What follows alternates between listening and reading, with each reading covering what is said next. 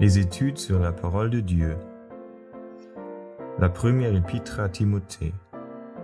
Introduction et chapitre 1. Par John Nelson Darby. Les épîtres à Timothée et à Tite ont naturellement une portée et un caractère particulier, en ce qu'elles sont adressées à des personnes députées par l'apôtre pour agir en son nom, ou pour soigner des assemblées en son absence. Ces épîtres ne s'adressent pas moins directement à nous pour cela, parce que non seulement elles nous instruisent de l'état de l'assemblée et des soins pastoraux que l'apôtre lui donnait, mais que la conduite dépeinte par l'apôtre, comme celle que Timothée devait engager les fidèles à suivre, et la conduite que ces derniers doivent eux-mêmes toujours observer. Cependant, ce serait méconnaître le ministère chrétien, compris dans le sens le plus vrai et le plus excellent, que de confondre les directions données à Timothée et à Tite avec les paroles adressées directement aux fidèles. Une grande partie de l'épître qui va nous occuper n'exige pas beaucoup de développement, non parce qu'elle n'a pas d'importance, mais parce qu'elle renferme soit des directions si simples et si claires que tout éclaircissement à leur sujet est superflu, soit des exhortations pratiques qu'on ne ferait qu'obscurcir ou priver de leur force en essayant de les développer. D'un autre côté, nous y trouvons quelques principes généraux d'une grande importance sur la position de l'Assemblée en général. Dieu revêt dans ses épîtres d'une manière toute particulière le caractère de Dieu sauveur à l'égard du monde, principe d'une grande importance pour notre conduite dans le monde et nos communications avec les hommes. Nous représentons dans notre caractère religieux un Dieu d'amour. Dieu ne prenait pas ce caractère dans le judaïsme, quoiqu'il fût le même Dieu, mais là il se faisait connaître comme législateur. Tous devaient venir dans son temple, selon les déclarations des prophètes, et ce temple leur était ouvert. Mais lui ne prenait pas le caractère d'un Dieu sauveur pour tous. Dans Tite, nous trouvons la même expression. On comprend que dans ses communications confidentielles à ses chers enfants dans la foi, les compagnons d'œuvre, l'apôtre établit clairement les grands principes sur lesquels reposait l'administration qui lui était confiée. D'abord, le fait que tous les hommes sont les objets des voies de Dieu en grâce était la base générale sur laquelle cette administration était fondée. Ensuite, le caractère de Dieu envers le monde était le caractère d'un sauveur. Comparez 2 Corinthiens 5. La loi est à sa place. Elle l'est même encore, et cet épître nous le montre. Elle convainc les hommes injustes. Mais la souveraine miséricorde est le point de départ de tout ce que l'apôtre avait à dire. Cet esprit, cette pensée devait gouverner le culte même des fidèles. Les détails suivent. Toutefois, il y avait sur la terre une assemblée de Dieu vivant, colonne et appui de la vérité, une assemblée témoin de cette vérité sur la terre. La personne de Christ et tout ce qui le regarde est le sujet de la confession de cette assemblée, le fondement de son existence et l'objet de sa foi. Cette foi, au dernier jour, sera attaquée par l'ennemi qui, sous prétexte de sainteté, s'élèvera contre le Dieu créateur et conservateur de tous les hommes, spécialement des fidèles. Les directions pour la marche de l'assemblée composent le reste de l'épître.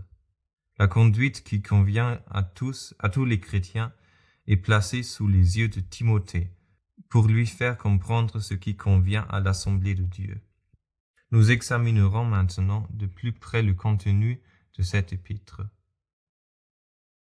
Chapitre 1. Déjà, dès le commencement, l'apôtre désigne Dieu comme Dieu sauveur. Paul est apôtre de Jésus-Christ selon le commandement de notre Dieu sauveur. Le Seigneur Jésus-Christ est la confiance et l'espoir de l'âme. On remarquera aussi que le souhait de l'apôtre ici est différent de celui qu'il exprime quand il s'adresse à une assemblée. Paul dit « grâce, miséricorde, paix ». Il ne dit pas « miséricorde » aux assemblées qui se maintiennent comme telles devant Dieu à la suite de la miséricorde que Dieu leur a faite, et qui quelque mauvais que soit leur état, sont envisagées comme assemblées selon la nature dans laquelle elles subsistent par l'esprit, et où il ne s'agit aucunement de miséricorde, parce que cette nature même est de Dieu. La grâce et la paix sont bien ce dont elles ont à jouir de la part de Dieu.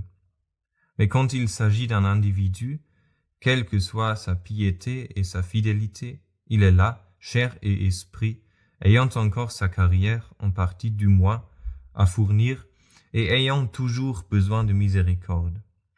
C'est aussi ce que l'apôtre souhaite à Timothée ainsi qu'à Tite. Dans l'adresse de sa lettre à Philémon, il ajoute « et à l'assemblée qui se réunit dans ta maison ». Et ainsi son souhait n'a plus cette forme personnelle. Mais dans les épîtres à Timothée et à Tite, on trouve l'intimité de l'apôtre avec ses chers collaborateurs. Il savait combien ils avaient besoin de la miséricorde.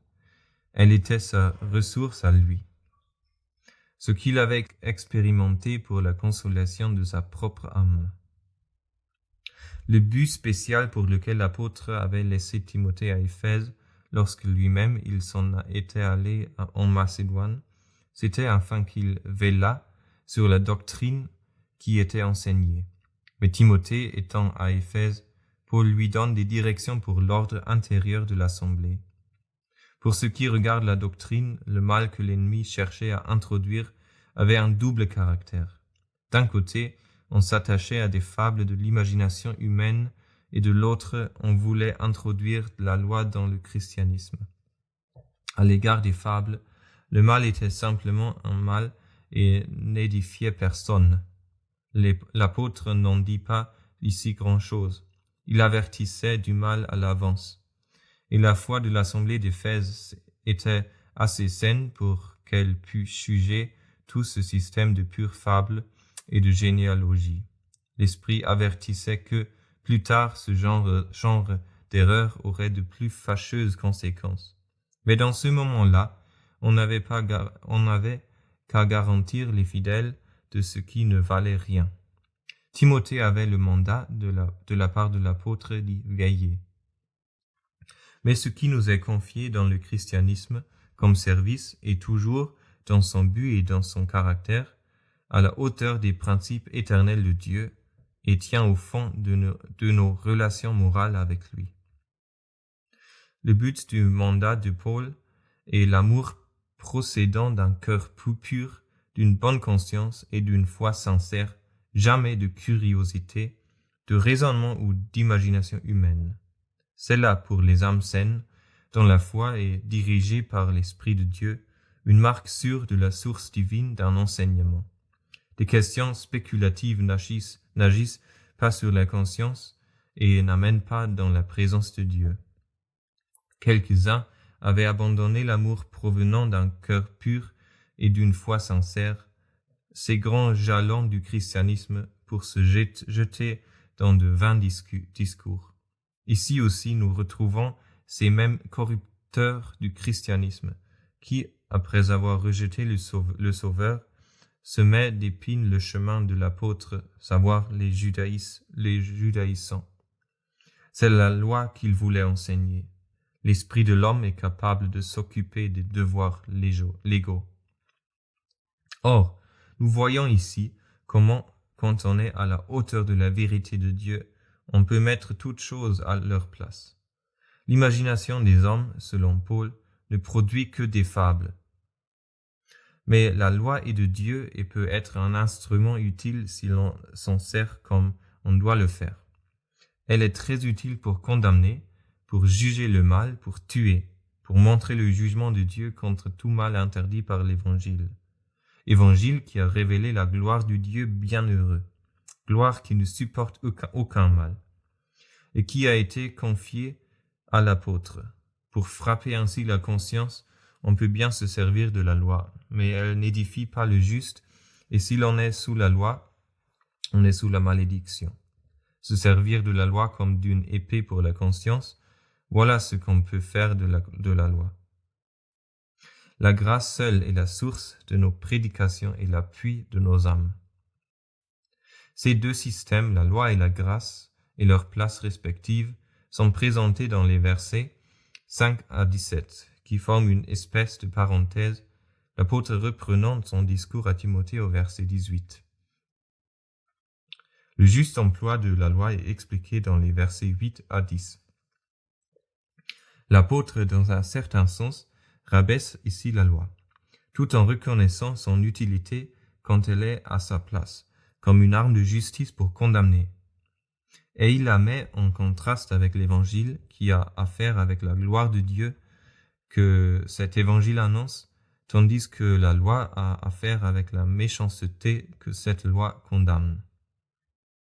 Ayant parlé de l'Évangile, de la gloire qui lui avait été confiée, l'apôtre attire l'attention de Timothée vers la grâce souveraine, grâce qu'il avait introduit lui-même dans la connaissance de cette gloire, témoignage de l'accomplissement de l'œuvre de la grâce. Je rends grâce, dit-il, au Christ Jésus, notre Seigneur, de ce qu'il m'a estimé fidèle, m'ayant établi dans le service, moi qui auparavant étais un blasphémateur et un persécuteur et un outrageux. Verset 13. C'était bien la grâce qui avait fait cela. L'apôtre parle de deux choses au sujet de sa conversion. Premièrement, comment Dieu avait pu avoir pitié de lui dans un tel état. Il était dans l'ignorance, verset 13. Il montre en second lieu le but de Dieu, verset 16. Ce but était que l'apôtre fût un modèle de grâce pour tous. Le fait que Paul était dans l'ignorance et dans l'incrédulité n'excusait pas son péché, bien que ce fût un état qui rendait la miséricorde possible. Car si l'apôtre eût été ennemi, le sachant et le voulant, quand la grâce de l'Évangile lui était déjà connue, sa délivrance n'eût pas été possible. Il met donc la pure et parfaite grâce en avant, comme ayant abandonné pour lui. Il était le premier des pécheurs, et c'était bien le cas. Les souverains sacrificateurs avaient jusqu'au bout résisté au Saint-Esprit. Paul avait pris part à cette résistance. Mais il ne s'était pas contenté de cela. Il voulait être partout l'ennemi actif de la foi et détruire le nom de Jésus. Il avait beaucoup fait à Jérusalem, mais il voulait assouvir sa haine, même dans des villes étrangères. Nous savons son histoire, telle qu'elle nous est racontée dans les Actes, expression vivante de l'état de résistance des Juifs à la grâce.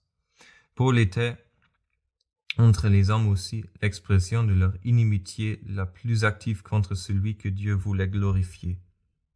La grâce était plus grande que le péché, la patience de Dieu plus parfaite que la persévérance de l'homme dans son hostilité.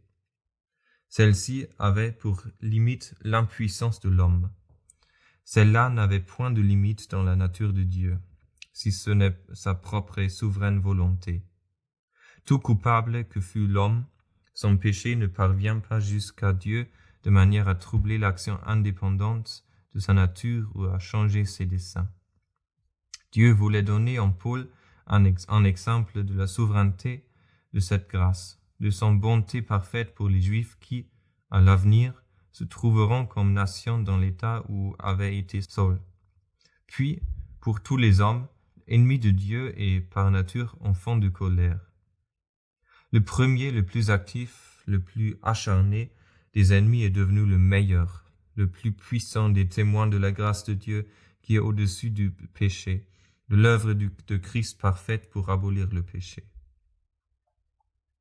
C'est à Dieu tel dans sa nature et qui dispose du déploiement de tous les siècles selon ses conseils, au seul Dieu invisible, incorruptible, que l'apôtre attribue toute louange et toute gloire. Verset 17. Telle était la base du ministère de Paul en contraste avec la loi. Ce ministère était fondé sur la révélation de la gloire, révélation qui s'appliquait à l'expérience que l'apôtre lui-même en avait fait individuellement. Pierre, coupable d'avoir renié un sauveur vivant, pouvait parler aux Juifs de la grâce qui s'adressait à leur propre position qui avait été la sienne. Paul, autrefois ennemi d'un sauveur glorifié et qui avait résisté au Saint-Esprit, pouvait annoncer la grâce qui s'élève même au-dessus de cet état de péché et tout ce qui vient de la nature de l'homme. Cette grâce ouvrait la porte aux gentils selon les conseils de Dieu, même quand les Juifs avaient tout rejeté. Elle leur substituait l'assemblée céleste et suffisait pour admettre plus tard cette nation coupable à de meilleurs privilèges que ceux qu'elle avait perdus. Tel était l'appel de l'apôtre, tel son ministère. Ayant montré l'opposition entre ce qui lui était confié et la loi, tout en confirmant l'utilité de celle-ci, non comme règle pour les justes ou comme guide pour le peuple de Dieu, mais comme jugeant le mal, l'apôtre reprend ses instructions à Timothée quant aux détails de sa mission au milieu des Éphésiens. À la fin du chapitre 1, il lui confie la charge, lui envoie son mandat. Le mot grec que je traduis ici par mandat se rapporte au verset 3 et au verset 5. Paul avait laissé Timothée à Éphèse pour ordonner à certaines personnes de ne pas enseigner d'autres doctrines que la vérité de l'Évangile. Or, la fin de l'ordonnance de cette commission évangélique était l'amour qui procède d'un cœur pur et d'une bonne conscience et d'une foi sincère. Car l'Évangile, tout en révélant les conseils merveilleux de Dieu, maintient les grands principes éternels de sa nature. Ce dernier trait est ce qui distingue la vérité d'avec les prétentions orgueilleuses des imaginations hérétiques. Dieu veut que l'homme soit en relation avec lui, réellement, de cœur et de vérité, selon ses principes. Or, cette commission, l'apôtre l'a confiée maintenant à Timothée, son véritable enfant dans la foi. Timothée devait la maintenir avec une autorité basée sur le témoignage divin, mais qu'il tenait formellement de l'apôtre qu'il avait désigné pour ce service. Paul s'était adjoint Timothée dans ce ministère, non seulement de son propre mouvement, mais d'après des prophéties qu'il avait indiquées dans ce but. Ces prophéties étaient aussi un moyen de fortifier Timothée pour le combat qui l'attendait dans cette fonction. Les conditions de la victoire étaient pour lui selon la nature de la commission qu'il avait reçue. Il devait garder la foi et une bonne conscience. Or, la foi signifie ici la doctrine du christianisme, toutefois non pas seulement comme doctrine, mais comme la vérité que l'âme tenait de Dieu, comme vérité venant de lui. Il s'agissait de maintenir la vérité, la doctrine chrétienne, mais de la garder comme révélée par Dieu lui-même, de sorte qu'elle fût pour l'âme la vérité. La lumière doit posséder, avec des limites bien dessinées, l'autorité divine. C'était la foi ce que Dieu avait révélé, reçu avec certitude comme telle, comme la vérité. Or, pour être en communion avec Dieu, il faut que la conscience soit bonne, soit pure. Si nous ne sommes pas dans cette communion, nous ne pouvons avoir une force qui nous maintienne dans la foi, qui nous rende capables de persévérer dans la profession de la vérité comme Dieu nous la donne. Satan a alors prise sur nous. Si l'esprit d'un homme qui se trouve dans cet état est actif, il tombe dans l'hérésie. La perte d'une bonne conscience ouvre la porte à Satan, parce qu'elle nous prive de la communion de Dieu. Et l'esprit actif, sous l'influence de Satan, invente des pensées au lieu de confesser la vérité de Dieu. L'apôtre traite de blasphème les pensées qui sont le fruit de cet état. La volonté de l'homme est en activité. Or, plus le sujet est grand, plus la volonté sans frein est possédée par l'ennemi, s'égare et s'élève contre Dieu et contre l'assujettissement de toute pensée à l'obéissance de Christ et à l'autorité de la révélation de Dieu. L'apôtre avait livré 2 personnes de cette catégorie à Satan. Il s'agit de souffrances extérieures, verset 20. Ces personnes, quoique déjà trompées par Satan, n'étaient pas en sa puissance comme s'il avait le pouvoir de tourmenter et de faire souffrir. Car dans l'assemblée, quand elle est dans son état normal, il n'a aucune puissance de ce genre. L'assemblée en est garantie comme demeure du Saint-Esprit, protégée par Dieu et par la puissance de Christ. Satan peut tenter individuellement, mais il n'a aucun droit sur les membres de l'assemblée comme tels. Ils sont dedans, et quelque faibles qu'ils soient, Satan ne peut entrer là. Ils peuvent lui être livrés pour leur bien, et cela peut arriver dans tous les temps, témoin le cas de Job. Mais l'assemblée devait avoir la connaissance des voies de Dieu à l'égard des siens, et être la gardienne et l'instrument de leur accomplissement. Le Saint-Esprit habite en elle. Dieu demeure en elle comme dans sa maison par l'Esprit. Au dehors d'elle est le monde, dont Satan est le prince. L'apôtre, par le pouvoir qui lui était communiqué, car c'est un acte de puissance positive, a livré ces deux hommes à la puissance de l'ennemi, en les privant de l'abri dont ils jouissaient. Ils avaient écouté l'ennemi, avaient été ses instruments. Or cela ne devait pas se faire dans l'assemblée au milieu de membres de Christ. Il leur fallait éprouver ce qu'était celui à qui ils savaient prête l'oreille. Dieu se servait ainsi de Satan lui-même, comme d'une verge, pour le bien de ses enfants rebelles.